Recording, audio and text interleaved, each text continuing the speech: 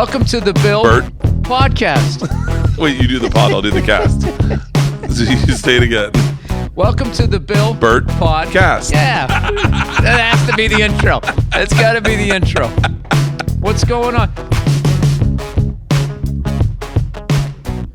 So I'm gonna be straight edge now, dude. I like it, Bill. I don't know how long I can do it because there was like I forget what I was watching the other night. I was just kind of like, man, I wouldn't mind just having like a little edible, but it was starting to become like booze for me. Yeah, it's the same. It's the same problem. Is if it's in the house, I'm gonna eat it. I'm gonna do it. You got cookies in the house, I'm eating cookies. Yeah, me too. You got kale in the house, I'm eating kale. So I just gotta, you got a whole drawer. Yeah, some of these fucking gigs, they give you a bag full of weed now. And then that's just sitting there. And your wife doesn't let you get a surfboard. You need to take the edge off. I smoked a joint that night and then passed out in my daughter's room. And dude, that's your catchphrase. You tell this story, I'll tell you, and then you ended up, I'll tell you, I smoked a joint that night, okay? I smoked a joint that night. No, I'm already coke after that argument. I'm already fantasizing about. I have a trainer. I've been working out with a trainer, and so I have a trainer at 4:00 today. And I was Googling George Lopez, and I saw a picture of him smoking a cigar, and I went, "Oh, I'm having a cigar tonight. I'm having a cigar tonight." And then when he said, and we were playing golf for the first time, and we cracked those silver bullets, those Coors, I went, "Ooh, I got Coors in the fridge. I'm gonna have a Coors and a fucking cigar." And it's windy out. I love smoking a cigar in the wind, so I'm gonna go bust my ass with my trainer. And Why then in the wind? What? I love smoking cigars in the wind. What is it about the wind? It's hard to light. Man. It's to watch the smoke come out of your mouth and just dance away. I love it. I love it. I can romanticize any way to catch a buzz. I was gonna say, you just painted a picture there, man. I like that. Oh, I can't watch Michael Jordan smoke a cigar and not want a cigar immediately. Oh, dude, that was the hardest.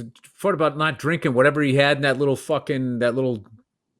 the right glass for that scotch that was just sitting there, and he was telling his whole fucking basketball life story, and then in the end, I'm lighting this and I'm drinking that because I'm the greatest that ever fucking did it. I love that documentary, dude. I watched a interview he did with Cigar Aficionado, and I think you might have told me about it. Someone told me about it, and he smokes one cigar, and then the guy goes, "I got this one too," and he's like, "We'll smoke both of them." And I was like, "You're smoking 2 cigars back to back?" And he's like, I need something to drink. And I was like, "Oh, his life is fucking perfect. Like, he just gets to do him all day long." I was like, I fucking, not that I'm holding back at all, but that was my favorite line Joe DeRosa said last week. He just, Bert, it's great to see you finally cutting loose. Dude, DeRosa's podcast with Sal Vulcano, when they were talking about Sour Patch Kids today versus Skittles, and I could not stop laughing because it's how mad, the passion. They get so upset. Did you see the mozzarella sticks versus the fucking chicken wings? No. Oh my God. Joe was so fucking mad. He's gonna say you're crazy. They don't have like mozzarella stick nights. It's wings nights. You're crazy. Mozzarella stick nights. And then one time Sal was going off on the fucking whatever the two shakes are. Shamrock Shake and the McFlurry. Yeah. And he's like, I'll tell you right now, because a McFlurry can take a fucking walk. McFlurry can take a fucking walk. It's going off. And I actually get into it, and I actually have like an opinion. It's like watching Fox and CNN, but it's about food. Dude, I watched them talk about Sour Patch Kids. Now, I'd never had any I never liked sour things my entire life. Never liked sour things. And I go on vacation. Very beginning of the pandemic, I take the girls to Arizona in an RV. And Isla says, go into the store when you go to get gas, grab some Sour Patch Kids. And I said, I had the exact conversation those two were having. I said, what's the lure of a Sour Patch Kid? Like, what is so what, you get over it? Like, you can overcome the taste and then you get the good stuff? Yeah. And they're like, well, some people like sour stuff. And I was like, no one does. And they're like, well, we do. And Bill, I am addicted to Sour Patch Kids. I started eating them that week. And then when we were on the tour bus, we had these edible mints. I would crush up these edible mints and pour them on the Sour Patch Kids. And then we would have marijuana Sour Patch Kids dusted with marijuana on the bus. And I would eat bags of them. You are a chef at heart. You're always doing that. Hey, you ever have this Heath bar? Dude, I take a Heath bar, I put it in the oven with some Fritos. It's just like, what the fuck? I will say this, though. As far as that, as we're promoting the show, and Joe was nice enough to come on last week, even though he opened his big fat trap. How long would Joe last in the mob? Fucking 3 days? Big fucking idiot. I would say between the mozzarella sticks and the chicken wings, I gotta go the sticks all day long. Oh, a good mozzarella stick. Oh, come on. With a little bit of ranch and some marinara. That's the greatest I like the marinara sauce. I'm not into the ranch, but dude, that thing, when it's the perfect level, like there's nothing worse than an underdone one in the over. That person that hits that sweet spot. Oh God. Yeah, I don't think that like wings can wings that I don't know, they're fucking messy. I love wings also. I like wings too. But like if I gotta choose between the two, man, I gotta go the sticks. I don't want to do their show here, but I was just curious as what you thought. Oh, I'm a big mozzarella stuff, but my problem is, my daughter said to me the other day, like, yeah, you got a problem with pizza. Like I have a problem with pizza. Like when I order pizza, I order an extra box. I order pizza? You saw you just finished one. I order extra boxes of it. And I make sure we have lots of leftovers because, man, I can murder pizza. Yeah. Murder. Okay, you get a large cheese pizza, right? How many slices can you do? Oh, the whole thing. Yeah. I do the whole thing. And the crust, you can get the crust down? I do the crust.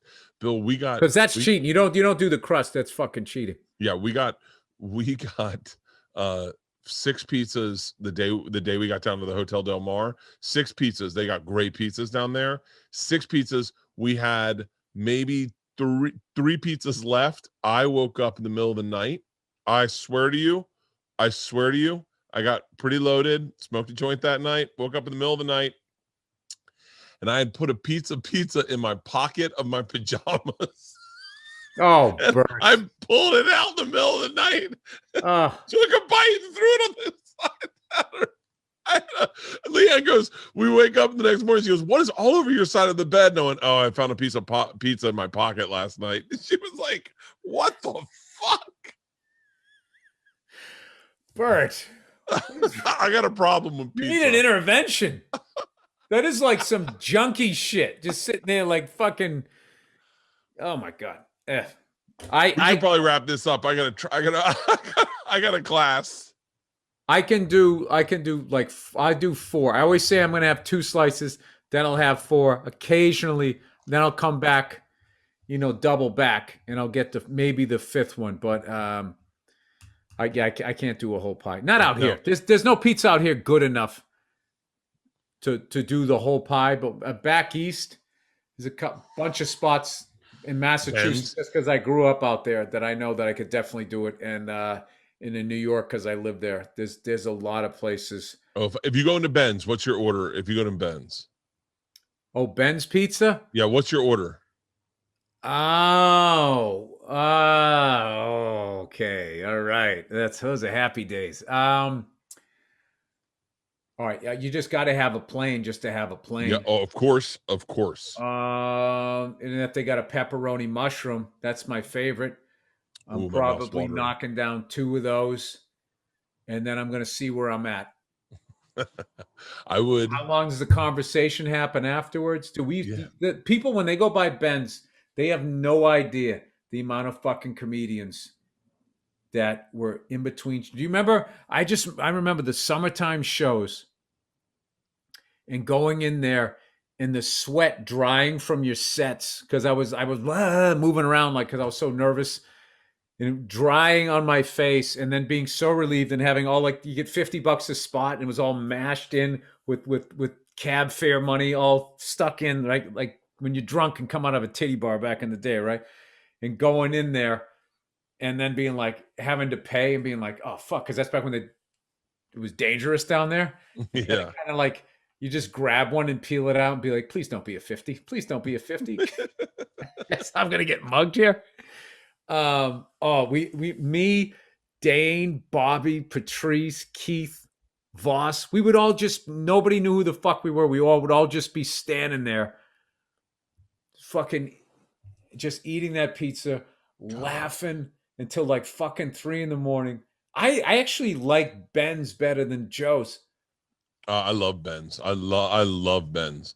I would get cheese, always get a cheese, pepperoni, and then if they had spinach and the white the white pizza, the white pizza, spinach with it, I had to get one of those. And then I'd always grab one for the road because I lived over on McDougal, and so I'd grab one for the road. Fuck. All right, real quick. My late night when I was in New York, because those fucking delis are open all the time. My late night move was I would get 2 slices of pizza at one of those Rays, and then I would get I get like a pint of ice cream, and then I would get a can of regular Pringles.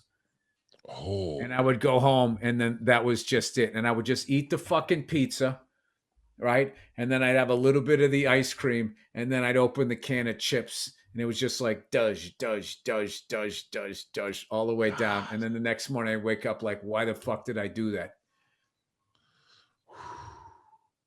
When I'm in New York now and I see a pizza place, like say I fly to New York, I drink on the plane, I land, I check into the hotel. And I like how you said that, like that goes without saying. I fly to New York, I drink on the plane. It's a 5-hour flight. Yeah. The second I see a pizza place, I go, who are we kidding? We're not on a diet. We're fucking this up right now. I just walk in. I mean, it's like, it's, so funny, Bill, I ordered my first drink in a year because I haven't been out. I haven't ordered a drink. Wow. And we were at that hotel, and they had the socially distant outdoor on the beach seating to have dinner. We went out, my whole family went out as for dinner, and the lady said, what can I get you to drink? And I went, oh my God, I have a drink that I don't normally drink, but I haven't had it barely at all this whole time because I haven't ordered it. And I go, double Tito's and soda, big glass, no lime. And then I was like, I haven't said that in a year. I haven't said that. And I said it every fucking night. I mean, it was like your face is all cleared up. So you're looking. Yeah, I remember one time when I was drinking, there was somebody on the plane, male stewardess, whatever the fuck. What do you call them? Stewards? Flight attendant, right? He knew who I was, and I was drinking, and he just kept bringing them. He kept bringing them, dude. I was so fucking hammered. I was so fucking hammered by the time I got to LAX. I went home with a passenger. Like, he drove me home.